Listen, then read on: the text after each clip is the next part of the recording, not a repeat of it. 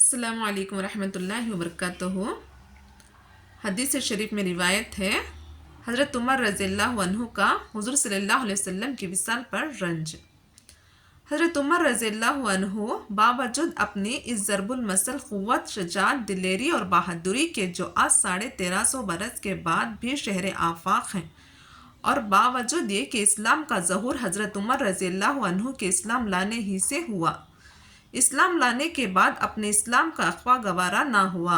हुज़ूर सल्लल्लाहु अलैहि वसल्लम के साथ मोहब्बत का एक अदना सा करिश्मा ये है कि अपनी इस बहादुरी के बावजूद हुज़ूर अक़दस सल्लल्लाहु अलैहि वसल्लम की विसाल की हालत का तहम्मुल ना फरमा सके। सख्त हैरानी और परेशानी की हालत में तलवार हाथ में लेकर खड़े हो गए कि जो शख्स ये कहेगा कि हुज़ूर सल्लल्लाहु अलैहि वसल्लम का विसाल हो गया है तो इसकी गर्दन उड़ा दूंगा। हुज़ूर अक़दस सल्लल्लाहु अलैहि वसल्लम तो अपने रब के पास तशरीफ़ ले गए हैं, जैसा कि हज़रत मूसा नबीना अलैहिस्सलाम तौर पर तशरीफ़ ले गए थे। अन क़रीब हुज़ूर सल्लल्लाहु अलैहि वसल्लम वापस तशरीफ़ लाएंगे और इन लोगों के हाथ पाँव काट देंगे जो हुज़ूर सल्लल्लाहु अलैहि वसल्लम के इंतकाल की झूठी खबर उड़ा रहे हैं। हज़रत उस्मान रज़ियल्लाहु बिल्कुल गुमसुम थे कि दूसरे दिन तक बिल्कुल आवाज़ नहीं निकली, चलते फिरते थे मगर बोला नहीं जाता था। हज़रत अली इकरमुल्लाह वजह चुपचाप बैठे रह गए कि हरकत भी बदन को ना होती थी।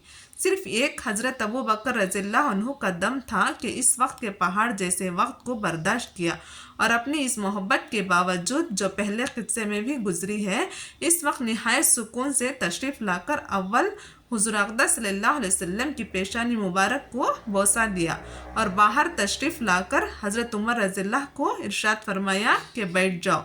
इसके बाद खुतबा पढ़ा, जिसके हासिल ये था कि जो शख्स मोहम्मद सल्लल्लाहु अलैहि वसल्लम की परस्तिश करता हो वो जान ले कि हुज़ूर सल्लल्लाहु अलैहि वसल्लम का विसाल हो चुका है,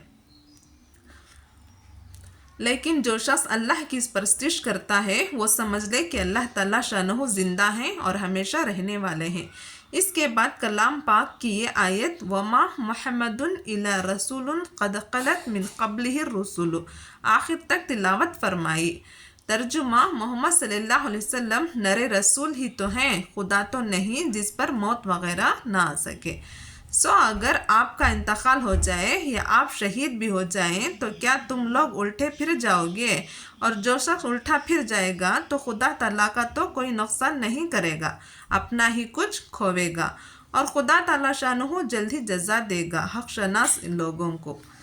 फ़ायदा, चूँकि अल्लाह जल्ले शानहु का हज़रत अबू बकर सिद्दीक़ रज़ियल्लाहु से खिलाफत का अहम काम लेना था, इसलिए इनकी शायान शान इस वक्त यही हालत थी।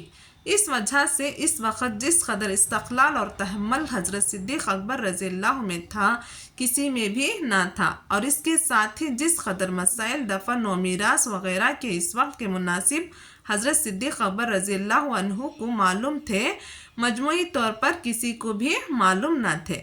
चुनांचे हुज़ूर अक़दस सल्लल्लाहु अलैहि वसल्लम के दफन में इख्तिलाफ हुआ कि मक्का मुकर्रमा में दफन किया जाए या मदीना मुनव्वरा में या बैतुल मुक़द्दस में। तो हज़रत अबू बकर सिद्दीक़ रज़ियल्लाहु अन्हु ने फरमाया कि मैंने हुज़ूर सल्लल्लाहु अलैहि वसल्लम से सुना है कि नबी की कब्र उसी जगह होती है जहाँ इसकी वफ़ात हो, लिहाजा जिस जगह वफ़ात हुई है इस जगह ख़बर खोदी जाए। आप रज़ियल्लाहु अन्हु ने फरमाया, मैंने हुज़ूर सल्लल्लाहु अलैहि वसल्लम से सुना है कि हम लोगों यानी अनबिया का कोई वारिस नहीं होता, जो कुछ हम छोड़ते हैं वो सदका होता है। आपने फरमाया, मैंने हुज़ूर सल्लल्लाहु अलैहि वसल्लम से सुना है जो शख्स मुसलमानों की हुकूमत का मुतवल्ली बने और वो लापरवाही से कोताही करते हुए किसी दूसरे को अमीर बनाए, इस पर लानत है। तेज़ हुज़ूर सल्लल्लाहु अलैहि वसल्लम का इरशाद कि कुरैश इस अमर यानी सल्तनत के मुतवल्ली हैं। इस हदीस के सुनने और सुनाने वालों को अमल करने की नेक तौफीक अता फरमाए। आपको हमारी हदीस पसंद आई है तो आप हमारे चैनल को लाइक करें, सब्सक्राइब करें और शेयर करें। जज़ाकल्लाह।